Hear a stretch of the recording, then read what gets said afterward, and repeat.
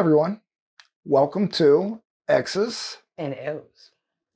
So I'm really like, I don't know the word for today. Not excited, but something. I don't know. To Happy share. to teach me. Yeah, well, I'm always that way. That's why the whole channel exists, right? Mm-hmm. But really excited and again, not really the word I want to use.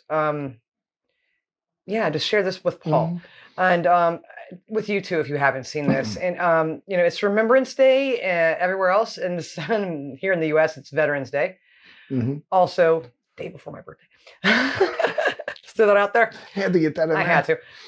But Paul is still wearing the poppy I gave to him. If you didn't see our last episode, what did you learn? I learned that you guys wear these and have these actual flowers to remember the fallen soldiers from World War I, World War II. Yeah. Which I thought was an amazing experience learning about this stuff in the last video. If you haven't seen it, watch it. Gives you all the information about the history of the poppy, Remembrance Day. Yeah, it was very touching. Yeah. It was very touching. She tried to get me to cry. I didn't have to try. He almost did. He confessed afterwards. Yeah. He's like, I almost cried. I held it in. I had to suck the tears back into my eyeballs, but no, it was very good. And from what I'm being told, this is going to be just as good, if not better. This will be better. So, yeah. Oh, I'm excited for this. So I am too. You know how we have the Tomb of the Unknown Soldier here in the United States, and it's guarded, etc. Yeah. Well, that didn't start here in the U.S. Okay. And that's where we have our allies, our wonderful friends over in the United Kingdom to thank. Because what you're about to see here. Yeah. I'm not going to cry today. No, I'm not. I'm not going to do it. I'm not crying today. I won't. I'm betting against that. I won't. It's not going to happen. Nope. But I did cry watching this the very first time, which has been a couple of years now. I think 3 years ago. This is from one of my favorite channels, of course. That's the bands of the Royal Marines. And this is the Unknown Warrior story by the bands of the Royal Marines. And they put together the music. It's freaking beautiful. Get your tissues ready. It's just incredible. And when we first started talking about us doing this channel, this is one of the things I was looking forward to the most for you. Okay. I know your heart, and I know you're going to love this. Oh, I don't doubt that. You will love this. All things military. Well, this might be your new favorite thing to watch. Okay. And you're going to learn a lot of cool stuff, too. And if you have not seen it, you will as well. Hey, guys, and please hit the like button. Consider subscribing to the channel. We'd appreciate it. And again, if there's anyone watching that has served or is currently serving, thank you for your service. Yes, thank you. All right. Yeah. You ready? Let's do this. I am. This is really very ready. Quite amazing.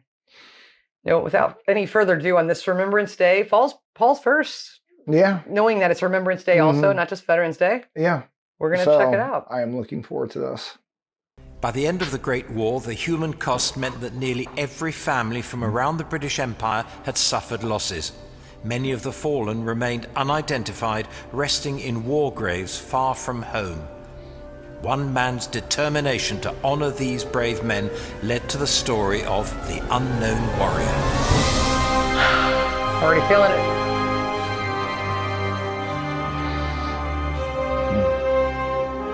That's beautiful. It is, isn't it?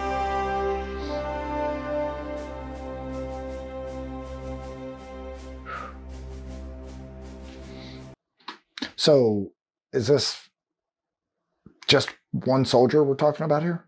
Oh, no. Oh, okay. Oh, no. Okay. Well, you'll see. I mean, I should say you'll see. The answer to your question is yes and no. Okay. You'll see.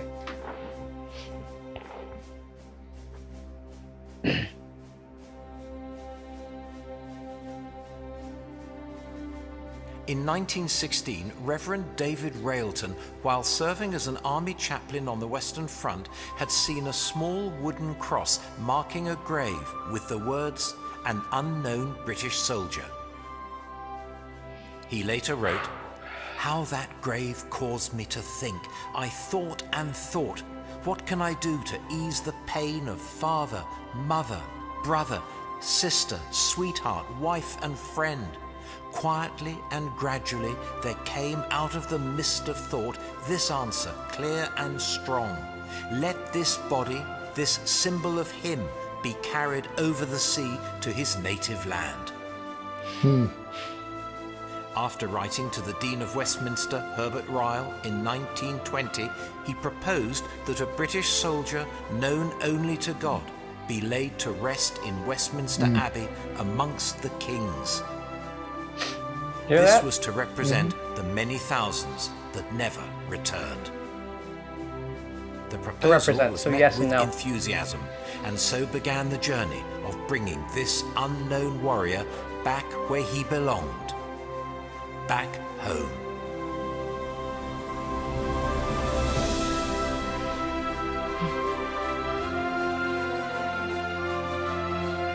I'm not gonna lie, it's pretty good already. Told you. I told you.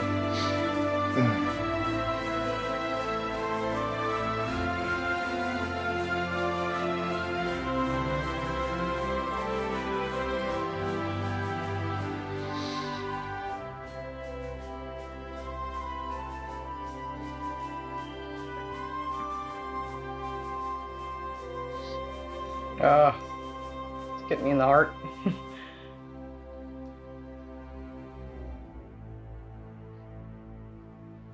On the evening of the 7th of November 1920, the remains of 4 unidentified soldiers, one from each of the 4 main battlefields, were placed in the chapel at Saint-Paul-sur-Ternoise, near Arras in France. Brigadier Wyatt and Lieutenant Colonel Gell of the Directorate of Graves Registration and Inquiries entered the chapel alone. The 4 coffins were draped in Union flags and indistinguishable from each other. With eyes closed, Brigadier Wyatt rested his hand on one of the coffins. The selection of the unknown warrior was made.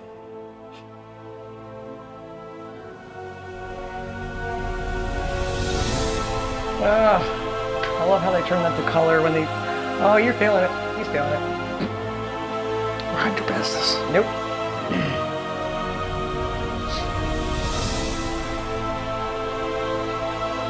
I am pausing this because I'm crying. It just...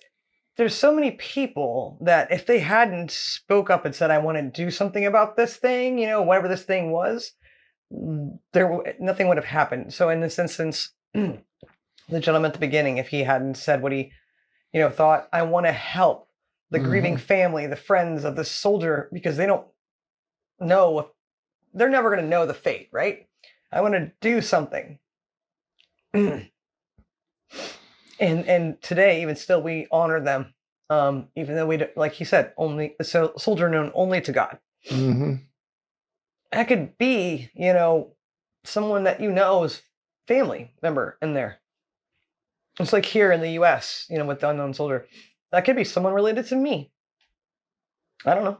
Or you. And so it just takes one person to stand up and say, you know what? This seems wrong, or I want to do something. And God bless them for doing so. This is beautiful. And then just the way that they did show that, you know, in black and white to color the second he touched the Union flag is just stunning. And that's how they select them.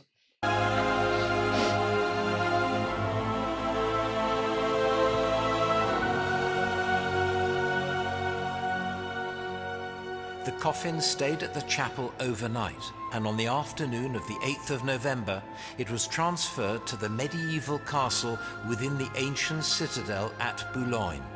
A Légion d'honneur en masse kept a vigil overnight.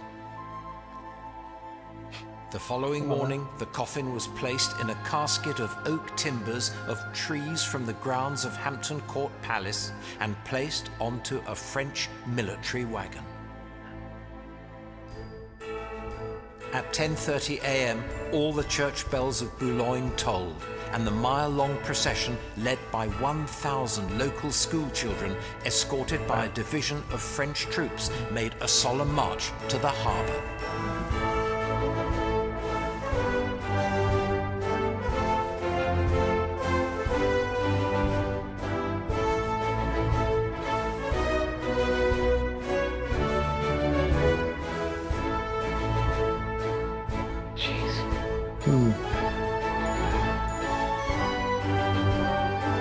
Some good photos.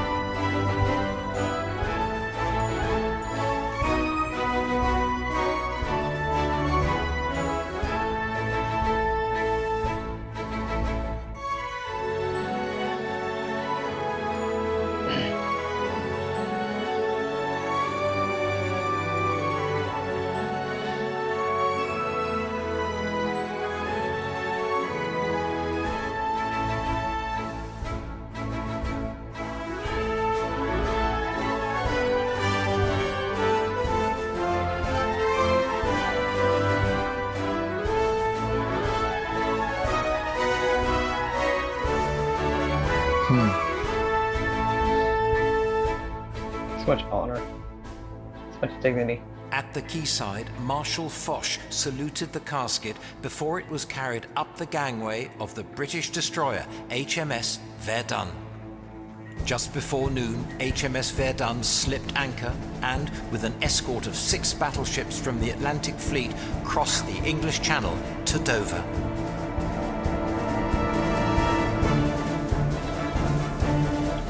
I don't remember a lot of these details at all.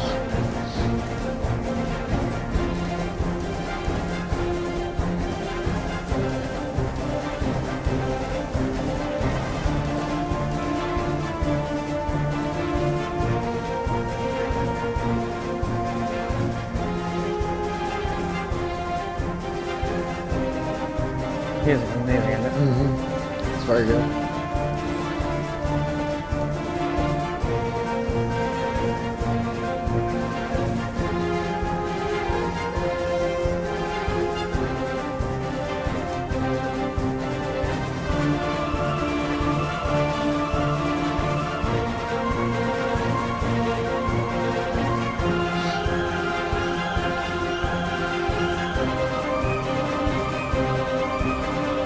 They only knew like what they were really doing. I think they did. What the impact Oh, was yeah. forever. What a decent part of history to be part of.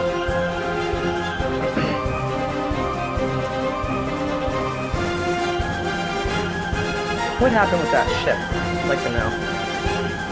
I'm sure they all felt the same way.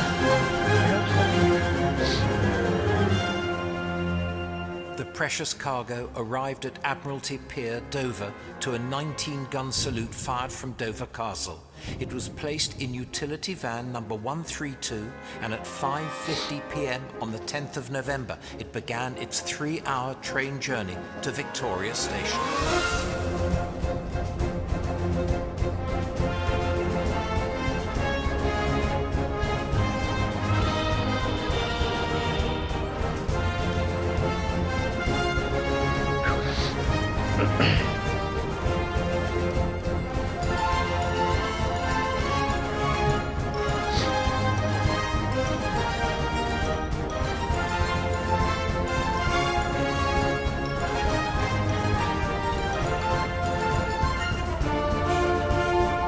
You know, I'm just gonna. This isn't a video you really react to much because you get lost in it. Yeah. I'm sitting here Yeah. like, oh yeah, we're on YouTube. Yeah. You get lost in it, and So the amount of effort that they put in for just one Yeah. soldier. It's amazing. It really is. and so deserved, right? Mm-hmm. Mm-hmm. I'm okay. I mean, and we know that all soldiers are loved equally. So, but that's something else. It really is. It is. And there's so much more. This is beautiful. Mm-hmm. Now you know why I've been waiting. Excited. to share Yeah. this with you. I knew you'd appreciate it.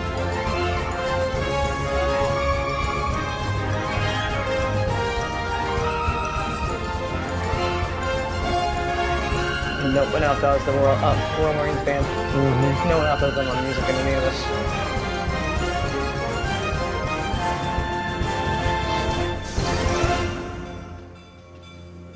Incredible. Arriving at Platform 8 at 8:32 p.m. and now regarded as a national symbol, the representative of the thousands who made the ultimate sacrifice, the unknown warrior, was greeted by a guard of honor and a large, silently respectful crowd. A plaque marks the site, and every year on the 10th of November, a small remembrance service organized by the Western Front Association takes place between platforms 8 and 9 to honor and pay respects to this most significant of arrivals. It remained there overnight under escort until interment at Westminster Abbey the following day.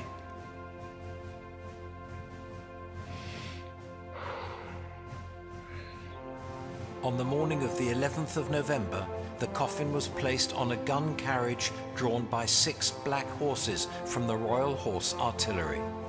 Huge crowds had gathered as the carriage travelled between lines of troops, their heads bowed and rifles reversed for the short journey from Victoria Station to Westminster Abbey.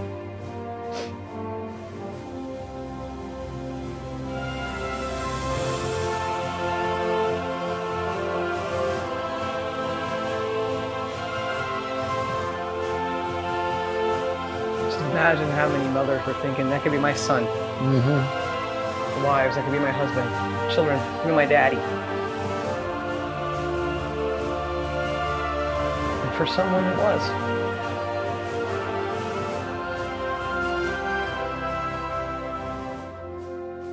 Thousands came to pay their respects, lining the route as the carriage drew past, heading towards the cenotaph, a hugely symbolic national shrine commemorating the 1.1 million British and Empire dead of the First World War and celebrating its centennial year. Representing an empty tomb, it immediately caught the public imagination, becoming a powerful focus for the grief of a nation and to honor the fallen, the glorious dead. Over 1 million people visited in the first week, and as Big Ben chimed 11 o'clock, a 2-minute silence fell throughout the capital, throughout the land, across the empire and on the seas, before the cenotaph was unveiled after the haunting notes of the last post rang out. Beautiful. Yeah.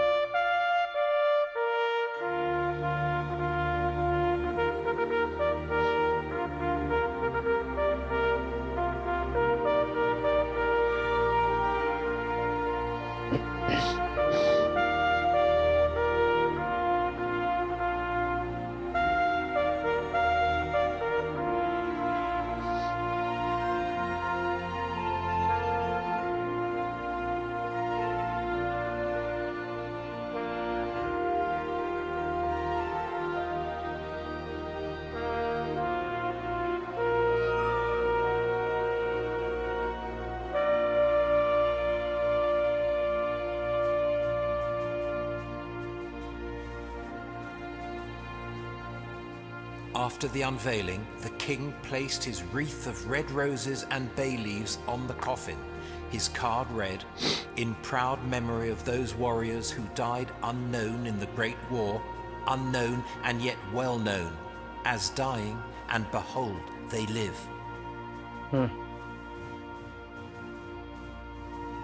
The cortege.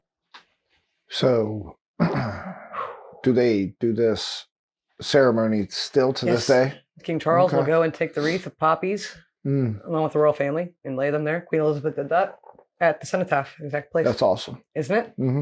That really is. Yeah, on November 11th. That is very cool. Comprising the escorting pallbearers and followed by the king, the royal family and ministers of state, continued to Westminster Abbey. Arriving at the north door of the Abbey, it was flanked by a guard of honor of 100 recipients of the nation's highest military honor, the Victoria Cross. The Victoria Cross is not something that's easy to get. Okay, that is it's higher than what we give. Even the highest thing we give, it's still harder to get. So yes. Okay. So that's a big deal. We'll go into that more later.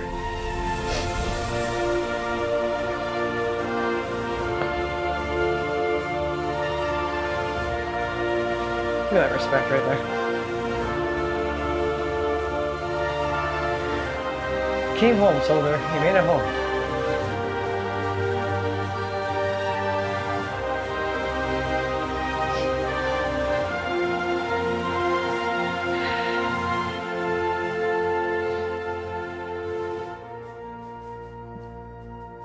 The congregation settled and the choir sang. 100 women selected from the 15,000 who had lost a husband and one or more sons, bereft with emotion, took their place, and as the dean began to conduct the service, cries of mourning echoed around the abbey. I can only imagine. The procession made its way to the grave, carefully removing the wreath, sidearms and helmet and the Union flag, and lowered the coffin into the grave. Right there inside. After the Lord's Prayer, the hymn "Abide with Me" was sung with spirit and heartfelt emotion as the burial service came to a close. Servicemen from the armed forces stood guard as tens of thousands of mourners on a scale never seen before filed silently past the unknown warrior to pay their respects.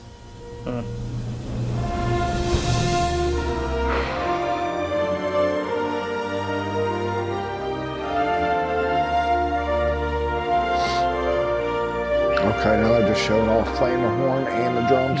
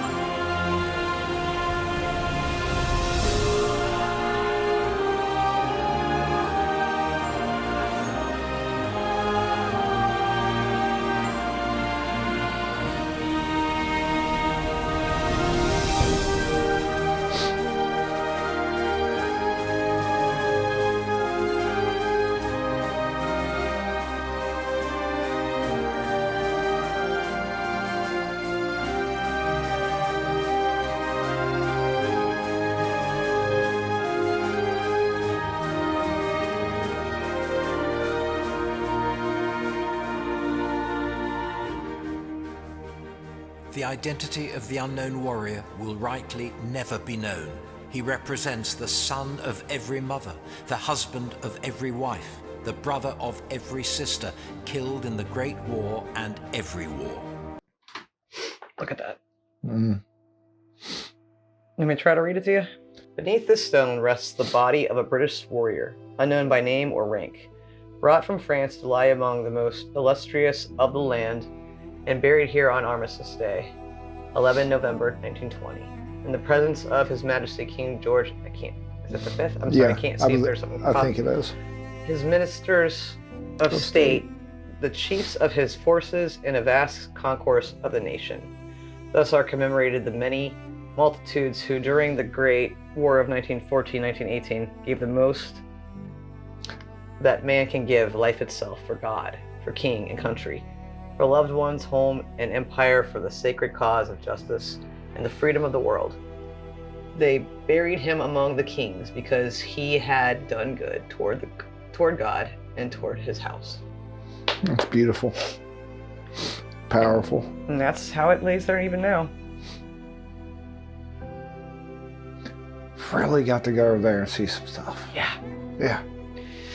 And when I think they might show a photo here, I'm not sure. You're not allowed to walk on that when you walk into Westminster Abbey. I would hope not. And no one does. Not even the Queen herself did, not the King himself. No one. They walk right around it. They do not walk on it. And I think they show some of that here with what they do afterwards. Those whose loved ones were amongst the unknown know that in this tomb there is resting the body of their beloved, and with it brings the hope and joy of many thousands, knowing that this body, this symbol of him, will always be remembered then, now, and forevermore, as the unknown warrior is finally home. That's good. You don't have to hold him in, you know. Yeah, well. He's not.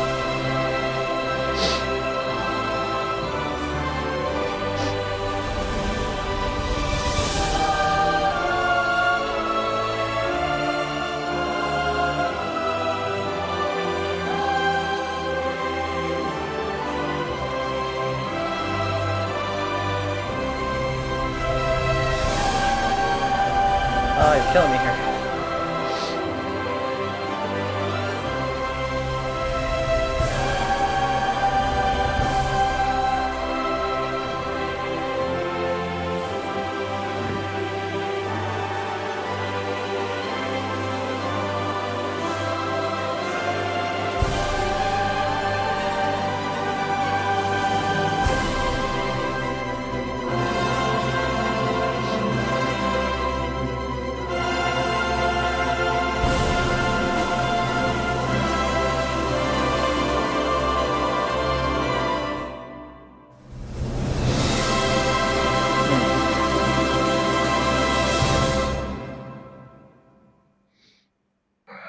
That was very touching. That was good. Yeah. Yep. You got me. Yeah. Yeah. I was hoping they'd show the picture, and I couldn't remember if they did or not. There's a photograph of Queen Elizabeth when she was still alive. Of course, she would go every year and take flowers, like a wreath, a poppy wreath, and lay it. Yeah. Not a lot to say, huh? No. No. I couldn't pause much there and talk about it. No. Yeah. Even now, I mean, it's hard to say a lot to that. It said everything. It's just learning it and respecting it, honoring it, cherishing it, sharing it with other people. I've watched a lot of stuff like with our guys related to, similar things like that. But yeah. First time seeing it. Yeah. It did not disappoint.